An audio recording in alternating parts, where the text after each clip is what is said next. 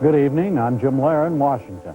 And I'm Robert MacNeil in New York. After tonight's summary of the news, David Gergen and Mark Shields assess the Democratic presidential race after Jerry Brown's narrow victory in Connecticut.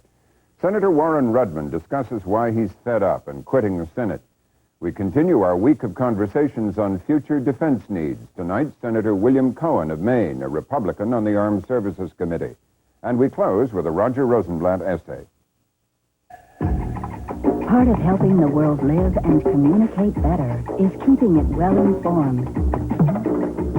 That's why funding for the MacNeil-Lehrer NewsHour is provided by AT&T and by PepsiCo.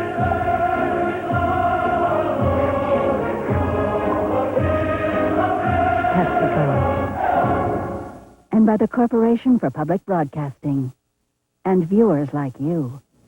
The Brown versus Clinton race for the Democratic presidential nomination took on new meaning today.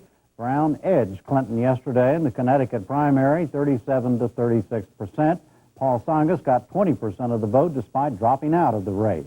Brown was campaigning in Pennsylvania today for the April 28th primary there. At an AFL-CIO convention, he called Clinton a right-to-work, union-busting, scab-inviting governor of Arkansas. Clinton campaigned today in Lower Manhattan for the April 7th New York primary. He attacked Brown's flat tax proposal as a disaster, which triples taxes on the poor, increases taxes on the middle class, and lowers taxes on the wealthiest Americans. President Bush won another easy victory over challenger Pat Buchanan in Connecticut. The margin was 67 to 22%. At a White House photo session this morning, reporters asked Mr. Bush to comment on the Democratic race. Oh, yeah. Let them sort out their business. Let them sort their business out. They don't need me to tell them who they ought to vote for over there, but I see nothing to be unhappy about. We'll have more on the campaign right after this news summary. Robin? Libyan leader Muammar Gaddafi has apparently had second thoughts about handing over the two men accused in the 1988 bombing of Pan Am Flight 103. On Monday, Libya's UN ambassador informed the Security Council the suspects would be surrendered to the Arab League unconditionally. Gaddafi met with a team of Arab League diplomats in Tripoli last night. The AP and Reuters said he told them his ambassador was wrong, and he would turn over the men only if ordered to do so by the International Court of Justice. In Washington, State Department spokeswoman Margaret Tutwiler called for UN action. State sponsors of terrorism must know that the international community will not tolerate threats to international peace and security and is prepared to take concerted political action in the face of continuing Libyan defiance of international obligations and norms of behavior. The U.S., Britain, and France have prepared a sanctions resolution to bring before the UN Security Council. The Council will vote on the measure tomorrow. Weapons experts from the UN today began destroying Iraqi missile production equipment. Iraq had previously resisted the action, which is required under the UN Gulf War ceasefire agreement. Meanwhile, in Vienna, the UN's nuclear agency ordered Iraq to demolish key parts of a huge industrial complex. UN officials said the facility is used to develop nuclear weapons. Iraq has claimed it is devoted exclusively to civilian uses.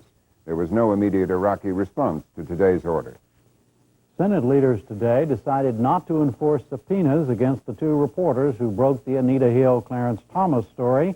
Independent counsel Peter Fleming had sought to force Timothy Phelps of Newsday and Nina Totenberg of National Public Radio to reveal the source of their information. Senate Rules Committee Chairman Wendell Ford, Democrat of Kentucky, and the ranking Republican, Ted Stevens of Alaska, denied the request. They said it could, quote, have a chilling effect on the media and could close a door when more doors need opening. A bipartisan group of senators and House members today called for a vote on a proposal to reform Congress. They want to study such issues as the growth of congressional staff and committees and the inefficiency of the congressional bureaucracy. A spokesman for the group was Senator David Boren, Democrat of Oklahoma. I think there finally comes a time in which the inefficiency of the system, the damage being done to the system, and the level of frustration of people participating in it finally reaches such a level that you get action. There are really only two things that ever really force action around this place and in this Capitol building. One is a public demand for action. People are right. Congress is not performing as it should. And secondly, members themselves feeling very frustrated in their desire to adequately perform a public service. House Speaker Tom Foley said today he and Minority Leader Bob Michael had agreed to set up a task force to suggest immediate short-term reforms for the House. In economic news, factory orders for durable goods edged down 0.1% last month. The Commerce Department report said the major cause was a big plunge in military equipment orders. An alarm was sounded today about the spread of AIDS among minorities in America. The National Minority AIDS Council said nearly half of the 210,000 documented AIDS cases in this country were blacks, Hispanics, Native Americans, or Asians. The council called on Congress to reinstate $14 million for AIDS prevention programs. Members of the Congressional Black Caucus joined in that call at a Capitol Hill news conference. District of Columbia Delegate Eleanor Holmes Norton had this to say. There's a dual task here. There's a task for government, both at the federal level and the local level, and there is a task for civilian community leadership.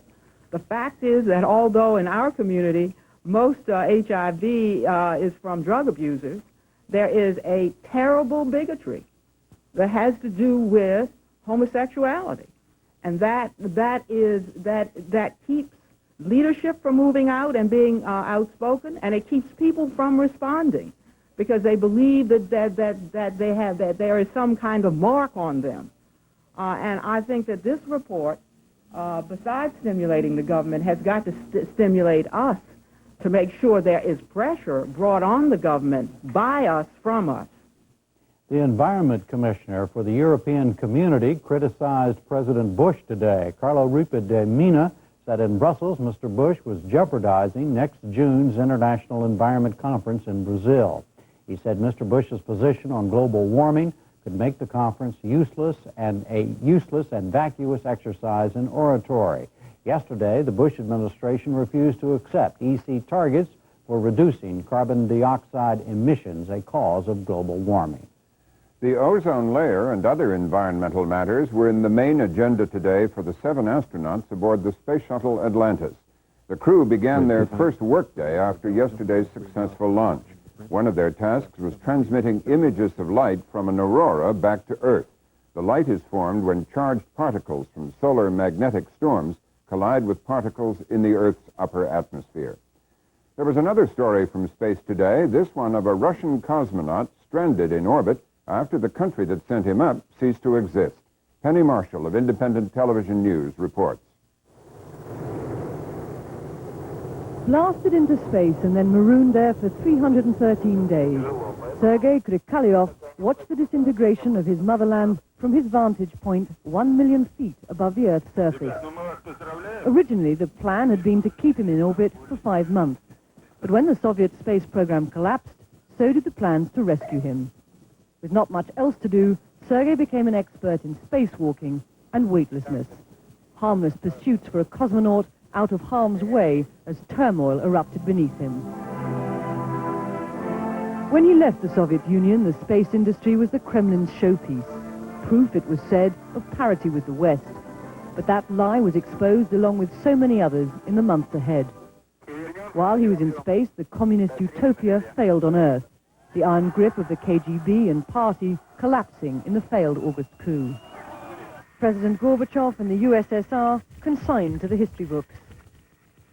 Sergei's wife, waiting at their home in Russia's capital, says he may have trouble adjusting to life on Earth now, not least because the income he's earned in space won't go very far in Boris Yeltsin's inflation-frenzied Moscow.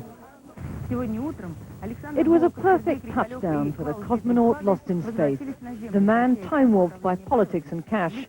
The team now face an intensive debriefing in controlled isolation. Meanwhile, someone might like to brief one of them about what he's returned to. Krikalev had to be given smelling salts after his return, but a Russian television report later said he was feeling, quote, marvelous. That's it for the news summary tonight. Just ahead, Gergen and Shields on the Connecticut surprise. One senator's farewell to Washington gridlock. Another strategy for a military in search of an enemy. And a Rosenblatt essay.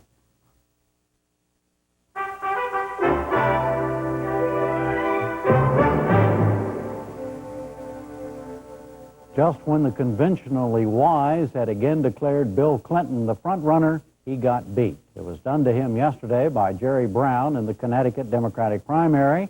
Why it happened and what it means are among the questions Judy Woodruff has for Gergen and Shields. But first, here are what the candidates themselves had to say about it. The media picked Clinton, and they said he's already anointed. Like, it's almost, you know, it kind of was starting to remind me of a secular college of cardinals that had found their pope from Arkansas, and they were going to force him down our throat until the people of Connecticut rose up and said, forget it, we want a change. I was not surprised by it. I didn't have very much time to campaign there. It was a difficult area for me and always had been.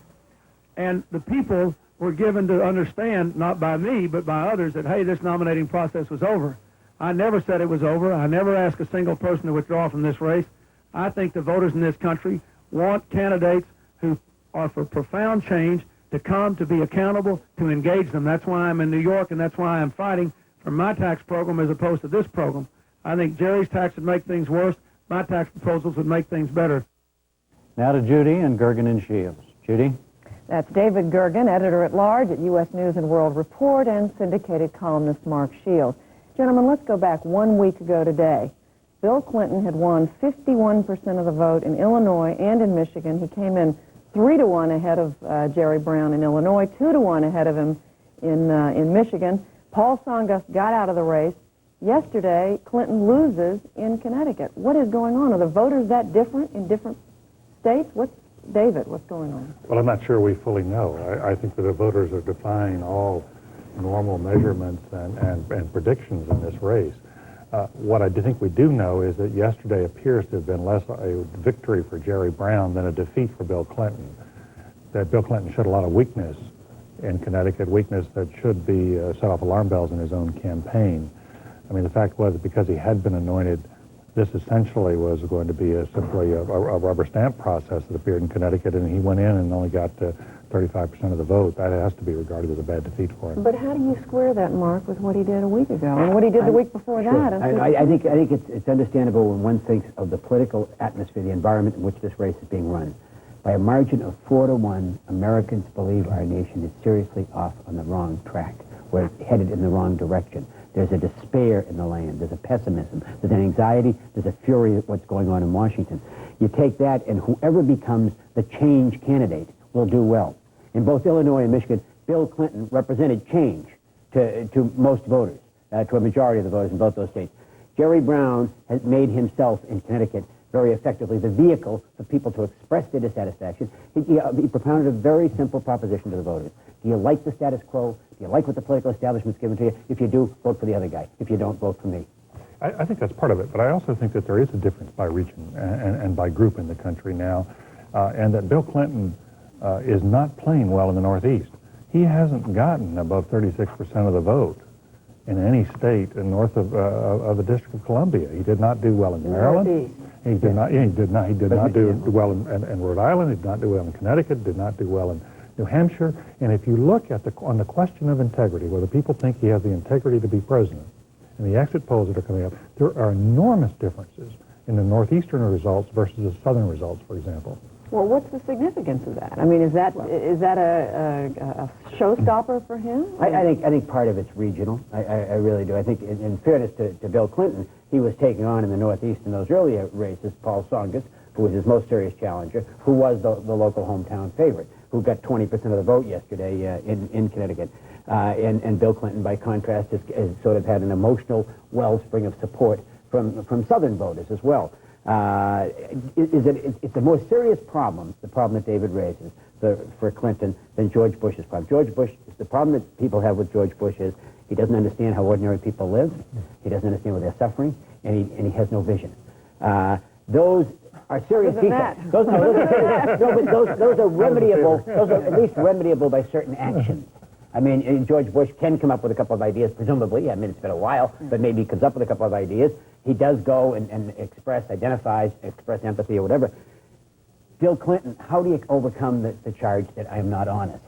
or you have doubts about my honesty. It becomes, I mean, unless you have a number of character witnesses, you have to spend a lot of time and energy trying to But you also had a very low turnout, right? You had only 25% of the people who could have voted in the Democratic primary. And that may be that some of the Clinton voters stayed home because they thought it was over, and I think we have to give... But just to go back to this point, let me just, on this question of whether Clinton has integrity and honesty, on the Democratic voters coming out of the booth, 48% in Connecticut yesterday said no on that question. Rhode Island was 51%, Massachusetts 58%, and listens to states like this: Florida 23, Louisiana 20, Mississippi 19. So it's direct. There's a direct relationship. There's a gap of some 30 points, 40 points on the question of integrity and honesty. The other part of this. But do you agree with Mark that that's something that's very difficult, if not impossible, for him to overcome with voters? I do. I think Mark is absolutely right about that, and I think Mark, if you're managing that campaign, you wouldn't know quite what advice to give that would be the best. I would assume the best thing to do is to get back in New York and win New York, which is now pivotal for him, set up a string of victories to show that he's quite electable despite whatever doubts, and have these doubts dissipate. I would argue that's the best thing. That has to be a strategy. But let's talk about Jerry Brown. I mean, is this somebody who is now a serious contender for the nomination or not? Is he the gadfly that people have been saying all along, or is he now somebody Bill Clinton has to really worry about? He has to worry about him. Jerry Brown has exactly the same problem that David mentioned about Bill Clinton up north, though. He has a ceiling. He has yet to exceed 40%. I mean, he has yet to get a majority anywhere. But still, this is a guy of enormous political skills. This is a man who was twice elected governor of California, who beat Joe Alioto, the mayor of San Francisco, Bob Moretti, the Speaker of the House. Very able politicians. He's a guy who's done well in a political world of elbows and knees. And has he recreated himself? Yes, he has. There's no doubt about it. I mean, it reminds me of the line Oscar Levant once spoke of Doris Day. I knew her before she was a virgin. I mean, Jerry Brown was, in fact, as Bill Clinton charges, raising money for the California party in large chunks. But now he has not only made a change in position, he has made that believable by limiting his contributions to $100. And he has struck a responsive chord. Believe me, what his message is resonating with voters. You're saying he's not just the protest. He's not just the repository of the people, for the people who are angry with and dissatisfied with the other choices. Well, I think that's the basis of his support. But he's picking up more support. In other words, Pat Buchanan was a protest. All right, Pat Buchanan's protest never grew. Jerry Brown was a protest, and his protest is growing. You think he's gone beyond Buchanan? I mean, in terms of where he is. Oh, I really do. But he's having the same impact that Buchanan is, and that is essentially he's bleeding the front runner. He's bleeding the presumptive nominee of the party, and he's damaging him for the fall election. Now, is he a serious contender for the nomination? I do not believe that Jerry Brown will win the nomination of this party. He's got a huge mathematical problem now. We're so late into it, and given the proportional representation of the states, even if he wins states, he doesn't necessarily get in Connecticut. He got fewer delegates than Clinton did, even though he won the state. So as a delegate count, I think he has a hard time getting there. But beyond that, I think that the super delegates have a real problem with Jerry Brown, and there's no way Jerry Brown will come into the convention with enough delegates out of the primaries to win. He'll need the super delegates in the convention. But he's staying in until June at least. He could do a lot of damage. I would argue that everybody says Bill Clinton's got an easy ride from the press. I would argue that now the press, which has not treated Jerry Brown very seriously until now, and has given him very much a free ride, will go in and take a look at who this fellow is and what are the contradictions in his life. People have asked him about, for example, the tax proposal, the so-called flat tax proposal, the value-added tax, and he seems to get around that somehow. I've seen him asked about it on a number of occasions. We asked him about it on this program. He seems to be getting away with it. He is agile, and he's touched on something there too, Judy. Even though the ability to pay and progressivity in the tax code is something that Democrats and liberals have believed and believed strongly and firmly for generations, Jerry Brown has touched something in the sense that there is a perception in the country that the rich, the very rich, have their own lawyers, their own accountants, and they can figure out a way to get it. If it's all on a postcard, and all you do is put in, this is what I made, that they're at least going to pay something. But I do want to talk to what David mentioned about New York. I think New York is a disaster for the Democrats. And it's a disaster for the Democrats because New York is a state politically of client liberalism, where each distinct group in New York has its own political organization, its own set of non-negotiable demands. I'm talking about organized labor, public employees, of feminists and lesbians and gays, and black voters and Hispanic voters, and each one of them, that's how New York has always been assembled in this kind of coalition.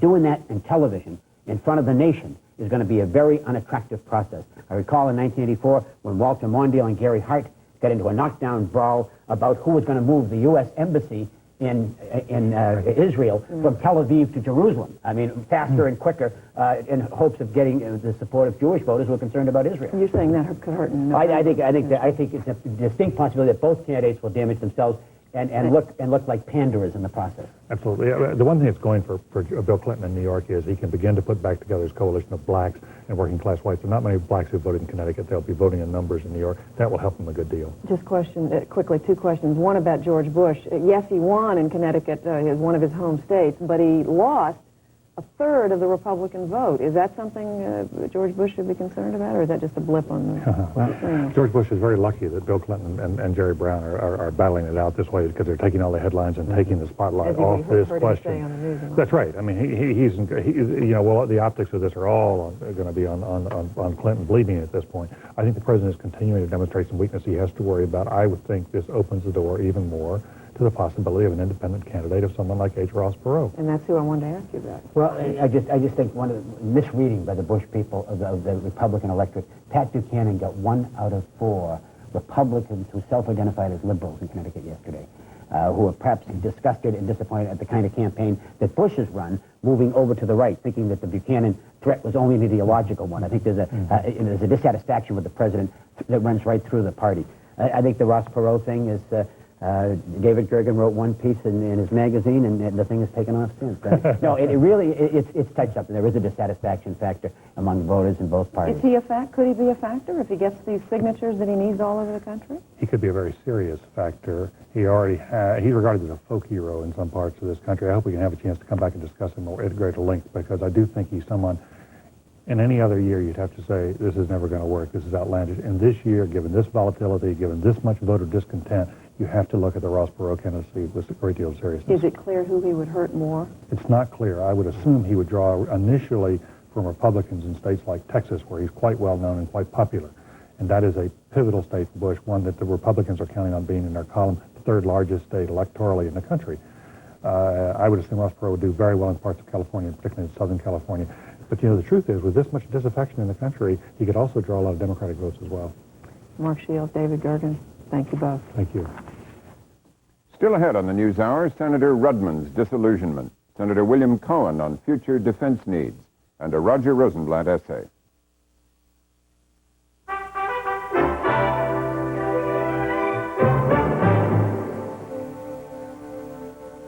Warren Rudman is next tonight. That's Rudman of Graham Rudman, Rudman of the Iran-Contra hearings, Rudman, the friend of Supreme Court Justice David Souter, the Warren Rudman who is the Republican senator from New Hampshire. Yesterday, he, like the guy in the movie Network, said he was mad as hell and wasn't going to take it anymore, anymore being a member of the United States Senate. His decision to leave after 12 years came as no surprise to those who witnessed his frustration on the Senate floor March 12th during a debate on the tax bill. I've had many of my Democratic friends, as well as most of my Republican colleagues, ask me, what are you going to do this year? You haven't announced your intentions. You have a reasonably good rating in your state. Are you going to run for re-election? And people tie it to all sorts of things, making lots of money and having more free time, and that's all important, but it is really unimportant. I didn't plan to say this morning, but I'm going to.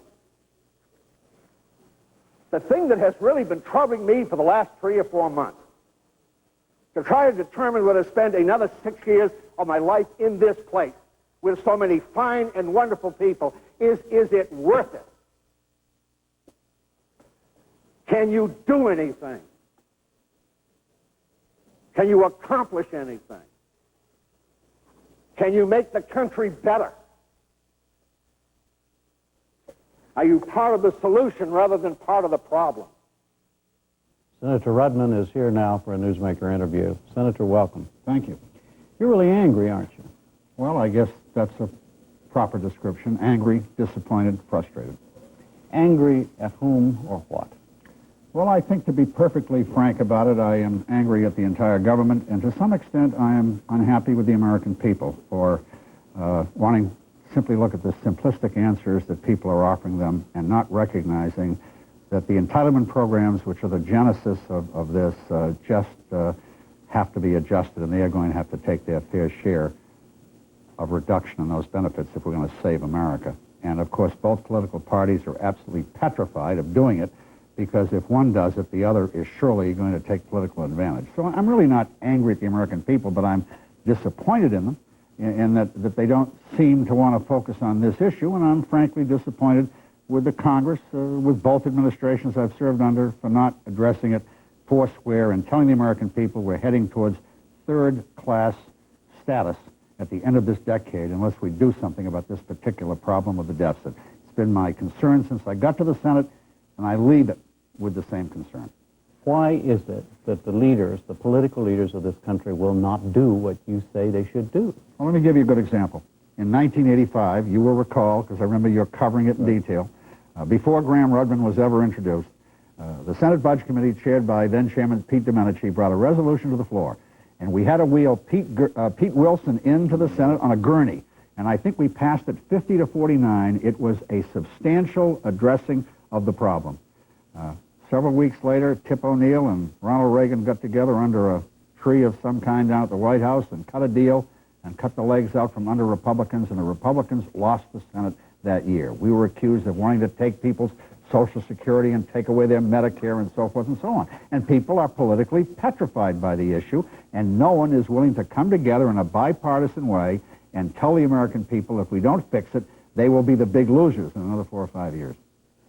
You made a point, even in that little clip that we showed from March 12th. You're talking about the fine people in the United States Senate. Well, there's you and 99 others. Most Americans, if you were to stop them on the street, they would identify you as among the top 100 most powerful people in the United States of America. If you were determined to do something about it, why couldn't you do it? Because essentially we could not get the votes to do it. We passed Graham-Rudman overwhelmingly. But aren't they your own votes? Well, of course, but the bottom line is that many people are afraid to cast those votes because they are concerned about their political futures, and I understand that. I've never been as concerned about that as some, possibly.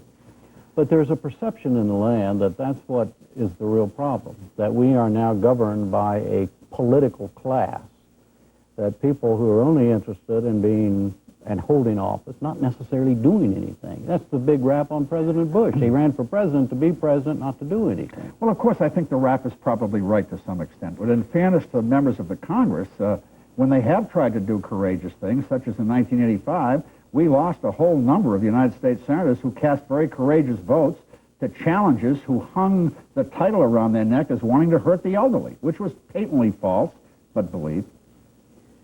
Do you read the results of the Democratic primary and the protest votes in the Republican primaries thus far as the people saying, we've had enough, we're ready to be led, we're ready for some strong leadership, we're ready for the truth, we're tired of all this other stuff? Well, I don't know if that's really so. I know that's what popular wisdom seems to say, but I'm not sure that that's right.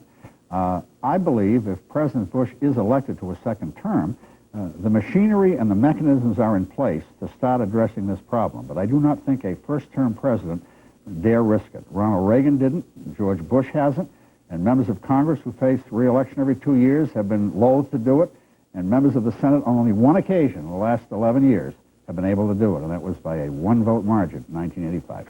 The issue is the growth of the entitlement programs. That is the issue. They are now roughly 45 to 50% of the budget. They'll be 60 to 65% of the budget.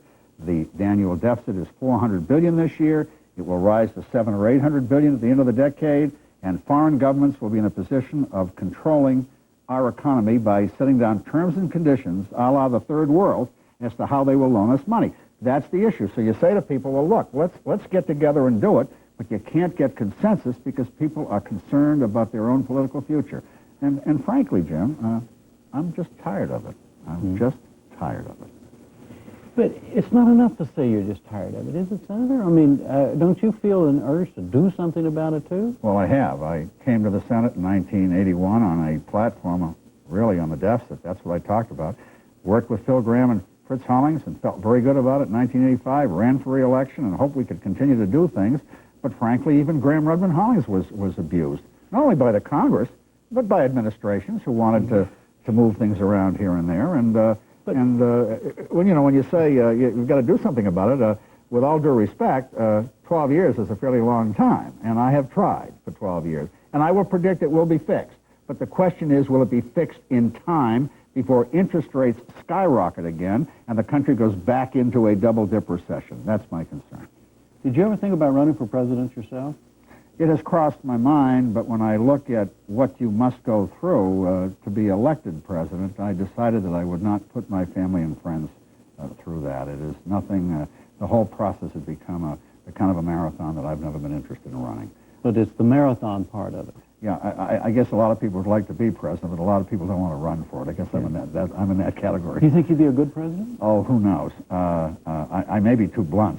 I think that bluntness, with all due respect to the electorate this year, is appreciated in some places until the bluntness crosses somebody's particular turf or entitlement, and then that bluntness can be a hazard. So you think the American public has divided itself, or has been divided into just a series of special interest groups over, and there's no way to unite the country anymore? Well, I don't know if that's true or not, but so far no one's been able to do it. Let me give you a very specific... Has anybody tried, though? To unite the country? Can you give me an example of a national politician in recent times who hasn't appealed to the worst, but has appealed to the best in the country and said, let's get together? I think the last person who tried to do that was John Kennedy. But he didn't live long enough to really know if he would have succeeded. But I want to come back to what you said a few moments ago. Right. The greatest example of what I'm talking about was, you will recall clearly, about 2 years ago, there was great publicity. In fact, you even covered it on this program about catastrophic health and how it was bankrupting people. And people were losing their homes and their cars and moving in with their children. We passed a very meaningful catastrophic health bill. And it was a good bill, but it was unique in that it means tested for the first time a program to be paid for by the group that would have it, meaning the retired elderly. Do you remember the pictures of Dan Rostenkowski in his automobile in Chicago with people rocking the car back and forth? We ran them there several times. Exactly, and they wanted to literally kill him. Why? Because they might have to pay a few $100s more. Well, the fact was that the people who would pay a few $100s more would be the very people who could afford it. But everybody in that group felt that they were being put upon and that the national treasury should pay for it. And guess what? You caved. We repealed it. Yeah. Well, now, does that say... What does that say? Does that say more about the people who pelted his car or about you all? I think it says something about both. Okay. But there has been a failure of communication in this country to tell the American people how serious this problem is. That's what I did on the floor the other day. That's what I tried to do.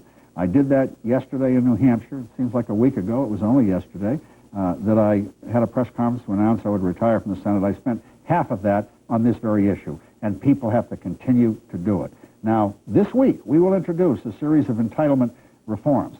I don't think they'll pass this year, but they will lay down the marker, hopefully, for next year. You know, a person could get very, very gloomy listening to you, Senator, about the political future of this country. Well, they ought to, because I think it is a very, well, the economic future and the political future are tied together. Yeah. If we do not address this issue, there is not a sane economist in the land who will not tell you that the ability of this government to function, to borrow money, and to form its, and to carry out its basic decisions on behalf of the people will be seriously impaired at the end of the century. I will just give you one statistic that tells it all. By 1997, that slice of the federal budget, which all people think of as government, the government as we know it will be under 5%. 60-some-odd% will be entitlements. And debt? 18% will be service on the national debt. A small percentage of maybe 14% for defense. That will leave a tiny sliver for everything we call government. Education, health, highways, crime, foreign affairs, and so forth. We've got to stop this, or else we're going to destroy this nation. Well, whose job is it to stop it? Well, I think coming back to that. Well, I think it's the job of the President of the United States and the Congress of the United States, but so far, I must say, with some amount of sadness, that people have not been willing to take political risks. Some of us have. We have had such votes on the floor in the last 11 years. I think the high point of the number of votes we got was 13. Something very interesting, and all the praise for you after your announcement yesterday, from your own colleagues in the Senate, they said, Rudman is one of a kind. Quote, he tackled the tough issues, end quote. He never ducked the hard ones. And I read those and I thought, that's a sad commentary, saying that you are unique as a United States Senator because you tackled the hard issues and didn't duck the hard ones. You would think that's what all the senators would be doing. Well, I think a number of people do on occasion, but I have tried to do it as much as I could when I could. But I have to say something in fairness to my colleagues. I come from a very interesting state. New Hampshire is a state of some very independent-minded people. In 1986, I said to the elderly in New Hampshire what I am saying to you, and convinced many of them to vote for me, even though they understood that I wanted to put some caps on Medicare and Medicaid and tax Social Security of upper-income taxpayers. My state is unique. Maybe other states aren't like that, but frankly, I'll tell you what I think we ought to do. Do it. I told some of my colleagues today, why don't you forget it's an election year? Let's do the right thing. And the worst thing that can happen to you is you'll be defeated. And then you go back to a life of incredible luxury and lots of time, and all you'll do is lose an election. You won't lose your life. It wasn't taken too seriously. You know, that's what Paul Tsongas said. Well, I admire Paul Tsongas and said so in my floor speech. Paul Tsongas told the truth. I said that day on the floor that he'll probably lose, and of course, he did. The truth is not pretty in America today about our economy. The government and politicians are to blame for a good part of it. We have led the American people to truly believe that there is such a thing as a free lunch.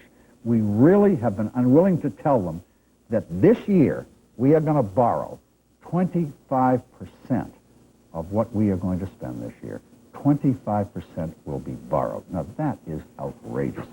And down the road, you think eventually we're going to be borrowing everything from foreign countries. Is that right? We won't be able to, because you see, at that point, we will have to do something. The problem is we have time to do it now and still save this republic as we know it and keep our position in the world and be strong.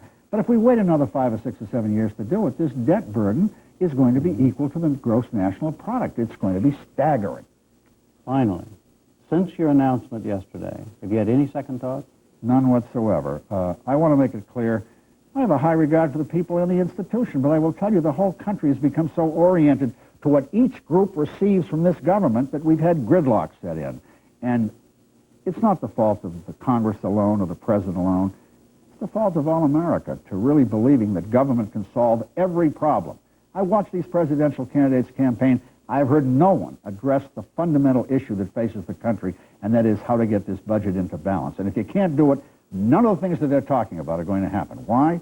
There'll be no money to do any of these things. That's the fundamental problem. Senator, thank you and good luck to you, Thank sir. you, Jim. Thank you.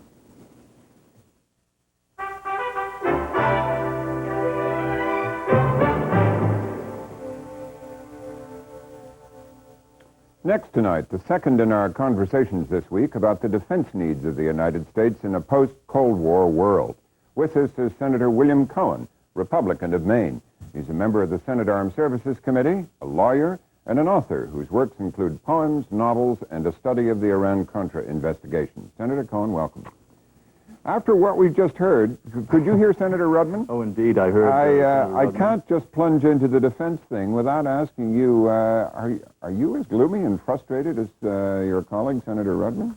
Well, Warren is perhaps my closest friend in the Senate, certainly, and he and I share not only the good moments, but the bad as well. And I would say that his expression of pessimism is shared by a good many people. I would only contradict Warren in the sense that the message that he has given to his colleagues and the one he shared with us today at noontime is in fact something that we are going to take action on, at least within the group that he spoke to. I think that there is the kind of the courage within the Senate, provided it's stirred, and I think Warren is the person who is capable of leading that particular charge in the final month of his service to this country. I would want to say on this program, and do want to say, that I think that he has made a contribution, a greater contribution in a shorter period of time of service than perhaps anyone that I've ever known. And we're going to greatly miss his service and his leadership in the Senate. Let's turn to defense, the defense of this country. Dick Cheney, the Secretary of Defense, wrote recently that he put the challenge this way: recognizing the critical importance of America's world role and preserving the ability to fulfill it effectively. Just to begin with, do you quarrel with that way of defining it? No. So what is America's world role? Well, first of all, the particular article he wrote was perhaps in response to a draft statement that was conceived within the Pentagon itself, perhaps, but never signed off by Dick Cheney himself. And I think it's been not only mischaracterized, but caricaturized in the sense that it's a Pax Americana, or that we're a global superpower. And the image that was created is that we're some sort of Rambo or Terminator 2 standing astride the globe, daring any dictator to make our day by going for his gun. That clearly is not the role that I foresee for this country, nor Dick Cheney foresees, nor the President of the United States. What I think Dick Cheney was saying is that we do have global interests. We have an interest in virtually every part of the world. Not all of those interests are vital. Not all of them will call for military responses. But nonetheless, we are the world's largest exporter of goods. We do depend upon having access to resources all over the globe. And so that things that take place and occur in regions that are quite a bit of distance away from the homeland, nonetheless, can have a dramatic impact upon our economy and upon our political structure as such. So I think that is what Dick Cheney is saying, that we have global interests, not all of them vital, but many of them important. And we should act in a way that we can preserve whatever options are necessary in the future and not shrink back to a continental United States as some of those on the left and some of those on the right are now advocating, and try to zip out the rest of the world. To fulfill this role, does the United States need to keep the superpower status militarily that it created for the Cold War? No, I think we can have a substantially reduced military force. And I think the base force concept is something that it makes good sense, common sense. It can be perhaps reduced a bit more beyond what is proposed by the Pentagon as such, but I think the concept itself of having a base force structure makes a good sense for the United States. I think, for example, we will see over a period of time, not in the immediate future, but sometime after 1994-95, you will see perhaps further reductions of troops in Western Europe. I think we're going to see a more Europeanized NATO organization, and we should welcome that. We shouldn't resist it, nor should we rush it. I think what we have to do is to take it step by step and see that kind of reduction take place and unfold in a way that helps to consolidate the kind of political integration that seems to be underway and doesn't move with such rapidity that we undermine that consolidation and integration to the great detriment of the stability of Western Europe. So I think we can achieve those reductions over a period of time, but I think the pace of the reductions currently foreseen by the administration really makes sense at this time. There's another point here. Secretary Cheney said in that same article, and he said it repeatedly recently, the great mistake after the two world wars was to dismantle the military, believing the threat had gone away. But many believe that the threat that this great military force was designed to meet has gone away. Well, first of all, I think that we ought to hold up the lamp of history just long enough to find out what path led us into two world wars during the first part of the century, first half of the century, and what path we've taken since that time to maintain political and strategic deterrence and stability in most of the regions of the world. And I believe that obviously with the end of the Cold War, the Soviet Union no longer poses the kind of threat that it did prior to that time, obviously. But it doesn't mean that the world is without threats. As far as the Soviet Union is concerned, you can pick up a newspaper every day and find that there are still antagonisms, there is still some jockeying between the Ukraine, between Russia, between other republics. There is a rambling around of nuclear weapons. We're not sure who has control of them. We do know that Russia will probably emerge as the leading and strongest republic with tens of thousands of nuclear weapons.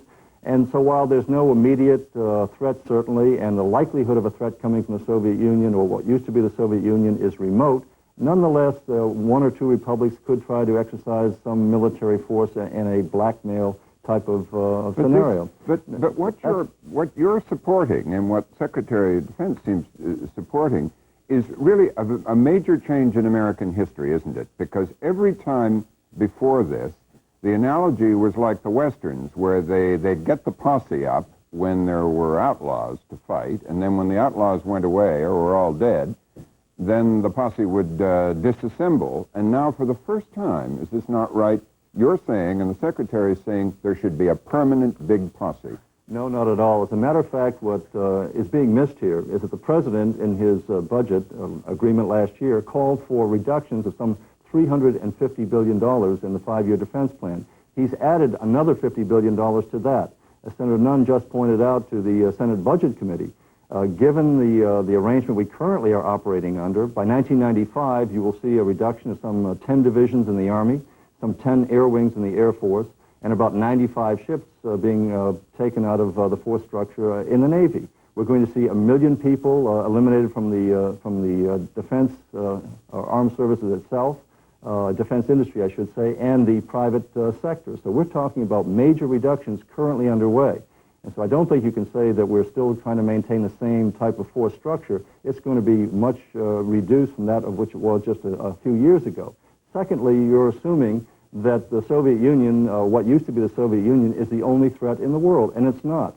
You can point to South Korea and the North Korean situation as being very volatile still today. And frankly, you can go to various parts of the world, Iraq that we just had a war in last year, Iran is trying to increase its military capabilities, and other areas in which there are potential dangers. So I think we're trying to downsize the military in a way that will give us some flexibility in the future. If we have to respond, it will be in a position to do that. Mm-hmm. Is the Gulf War the model for future U.S. military intervention? Well, I think that that's perhaps as good a model as one can have, where the United States went to the United Nations and persuaded and convinced our allies that they should be engaged in stopping Saddam Hussein from gaining control over the oil reserves, or a large part of the oil reserves of the world. Yes, I think that was a good model. But in that model, the U.S. supplied most of the force, and the other countries that benefited paid for it, almost paid for the full amount, as I understand the commitments they've made. The figures the Pentagon gave us today were about $54 billion committed. The cost was $61 billion, they say. Is that going to be the model for the future, that the U.S. supplies the force and the bodies and other countries pay? No, I don't. In that sense, I don't think that will be the situation, because we're downsizing our forces. We're going to have to turn more responsibility for NATO over to the Europeans. That will come over the next 5 or 6 or 7 years. We're going to see a reduction of our forces in the Asian region. So I think we're going to see a significantly reduced American force structure as such, and so you will not have the same situation. Secondly, I think we're going to continue to try to engage in a multilateral type of action when it's called for. And in that sense, the situation in the Persian Gulf is a good model. But we will not have the capability that we had for the Persian Gulf in the future, and we have to take that into account. Is the United States, given some of the stuff Senator Rudman was just discussing, but the other economic realities and increasing competition economically from the rest of the world, is the United States going to be able, the rest of this decade, to afford to play so influential a world role? Well, I think it's important that we continue to play a role, and an influential one, yes. And the question, can we afford it? I think we're going to have to afford it. There are some people who raise the argument that we can't be the world's policeman, and I agree. But neither can we afford to become a prisoner of world events. There is no way in which the United States can withdraw its military presence totally from regions where we have interests and bring them back to the United States and still hope to remain engaged in influencing, diplomatically at least, policies that would affect our interests. So I think that we have to say that by reducing our force structure to the lowest level it has been as a percentage of GNP since World War II, the beginning of World War II, that we have to be able to afford a force structure that's going to protect our interests. And I think the Pentagon is moving in that direction. I think in several years' time we'll have an opportunity to see whether the Europeans have become more politically and economically integrated and can shoulder a much larger burden than they currently are. We also have to be cautious. And when you ask whether or not the United States should share that kind of burden that we did in the Persian Gulf, would you rather have the Japanese become militarized and take over that burden? Would you prefer to see a united Germany become more militarized and take over that burden? I think what we've got to do is to encourage the collective action wherever possible, but still maintain the option that when our vital interests are at stake, we have the capability of protecting those interests. Does it disturb you, as a senator who sits on a couple of very influential committees here, that for several years now, sizable majorities of the American people have told pollsters, opinion surveyors, that they think the economic strength of this country is more vital to national security than military strength? Well, I think economic strength obviously is an important part of it. but you can have a very strong economy and a weak military capability and find that a Saddam Hussein can cut off that economic viability by simply strangling the pipeline on oil reserves, for example. I think you have to have both. And I believe by downsizing our military capability, modernizing it, making it lighter, and certainly more mobile, but with smaller forces, that we can in fact achieve both. Mm-hmm. Well, Senator Cohn, thank you very much for joining us. Thank you.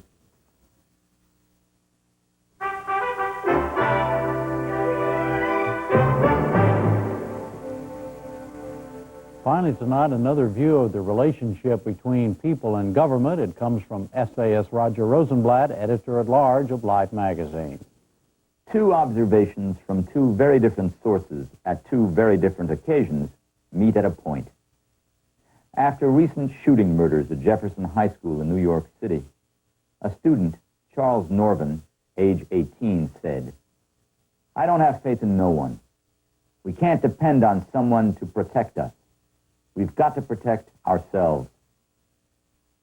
Elsewhere in New York, a week later, high society philanthropist Brooke Astor was given a 90th birthday party, at which Osborne Elliott, former dean of the Columbia Graduate School of Journalism, told the audience, "For more than a decade, New York and the rest of America's cities have been abandoned in a totally bipartisan way by the White House and Congress alike." The point at which these two observations come together is, unhappily, this.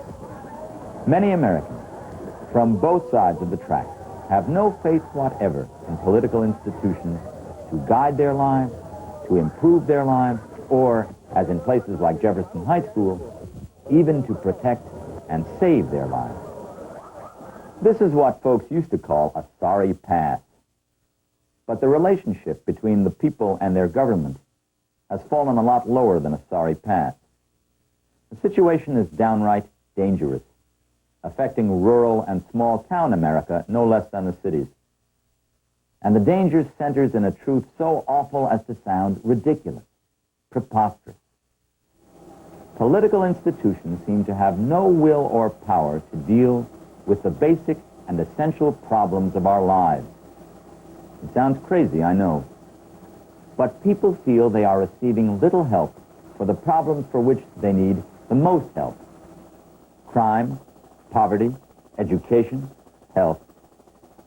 All appear out of the reach or the interest of government, big or small, that was constituted to address them. What has happened, then, to a government for the people?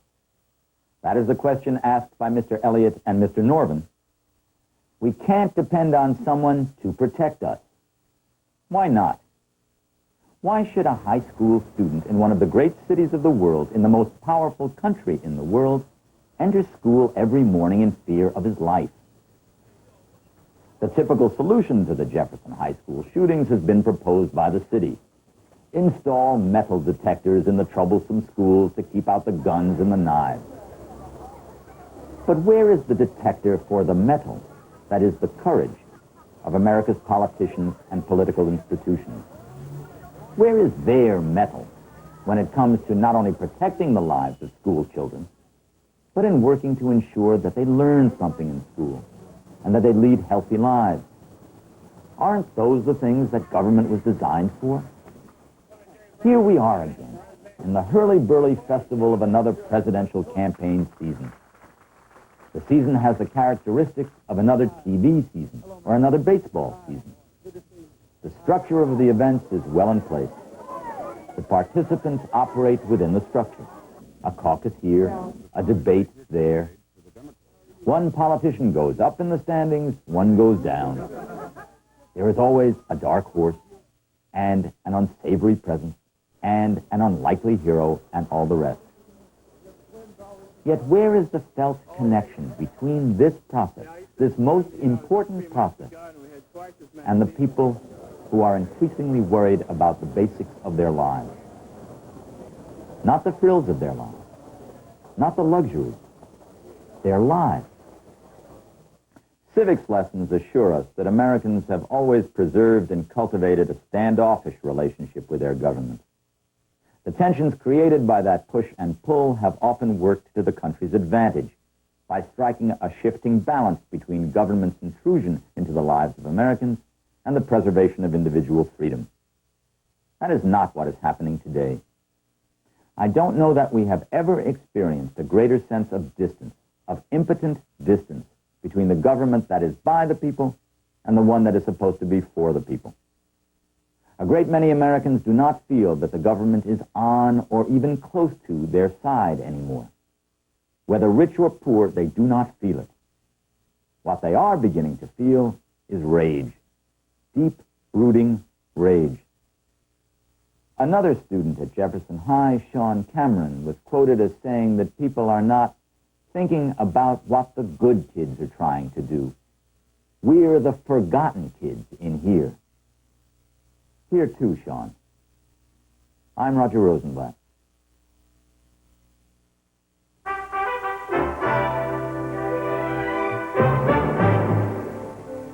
Again, the main stories of this Wednesday. Bill Clinton stepped up his attacks on Jerry Brown's flat tax plan after Brown's surprise victory in yesterday's Connecticut Democratic primary. Brown